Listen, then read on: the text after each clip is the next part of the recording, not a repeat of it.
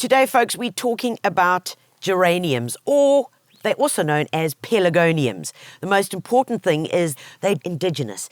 Not only does that mean that they're great for South African gardens, it also means that they're pretty tough, have great longevity, and when we talk about spring, well, you can't have a spring garden or a spring pot without including these beautiful plants in them.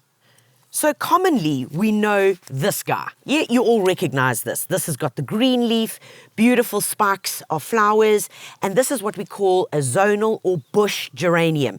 And what I love about them is that they sit proud of the foliage. So it's never like you're looking for the flower, and that's why these are such great potted specimens.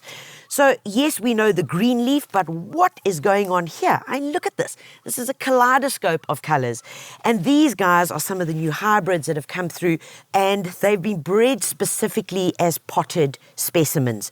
So pelargoniums don't need to be just on their own in a pot. They don't need to be like that. They're great companions when you're doing mixed planters like this. And to celebrate spring, what a better way.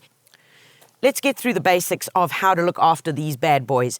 Number one, they need at least 5 hours sunlight a day. Really important. If you put these guys in the semi-shade, they're going to go lanky, they're going to start getting diseases, they're just not going to be happy. The second thing is when you're watering the plant, never water the foliage. So it's really important that when watering, that you're only going to try and water the soil. All right, third thing that's important is deadheading. The plant, straight after flowers, produces seeds. And as a gardener, for pretty things, we're really not interested in the seeds. What we want is more flowers. So the simple way to trick the plant, and I know it can be quite a cruel trick, but it works, is to follow your hand down the stalk, right to where it joins the plants, and just snap that off. There we go. We've got the stalk off. The plant is now, okay, I'm no longer giving energy into the seed, and what I'm going to do is create another flower. Nice and easy. As a perennial, because it is a true perennial, what it's needing is a good pruning. Now, pruning is really important. Please don't be afraid of it.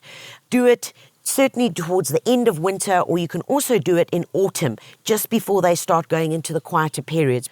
So take a look here. The plant is actually telling you what is going on. It's telling you, look, I'm sending out some new foliage, and I've got all of this at the top here, which is kind of naked and not doing its thing. So you get out your sharp pair of secateurs, and all you do is get in there above that beautiful foliage and give it a snip.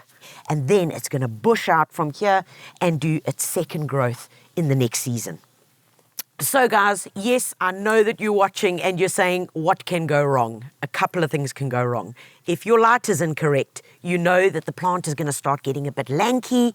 You might end up with some spots on the leaves, and that could be a fungal infection. But most importantly, what generally goes wrong is there's a gorgeous little moth which lays its eggs. When those little worms hatch, you know what they love eating? Geranium or pelargonium flowers. So, what do we do with this, and how do you know that it's happening? Telltale sign is when your flowers just don't open. You're like, dude, what is going on here? And sometimes if you take a closer look at the bud, you'll actually see a hole through it. And that's where the caterpillar's gone straight in and eaten the flower from the inside out.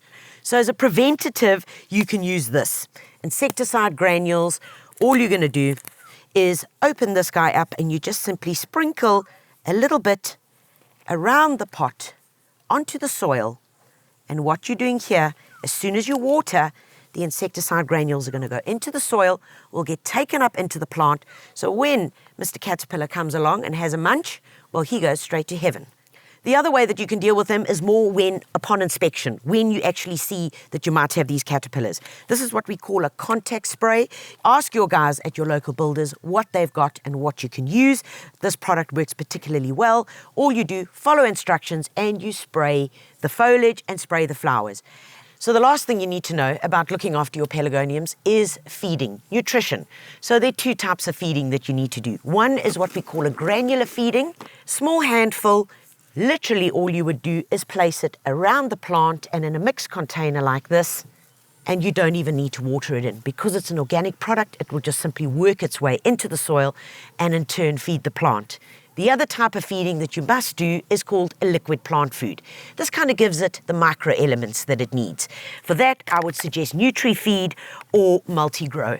These are very simple to use. Dilute them into water, into your watering can, and as you're watering, so you're feeding the plant. All right, folks, so that's the A to Z on pelargoniums or geraniums. I do hope that you've been inspired. If you've liked this clip, then share it. Also go to the Builder's website or the Builder's YouTube channel to find more gardening tips to turn you into a green-fingered pelargonium guru.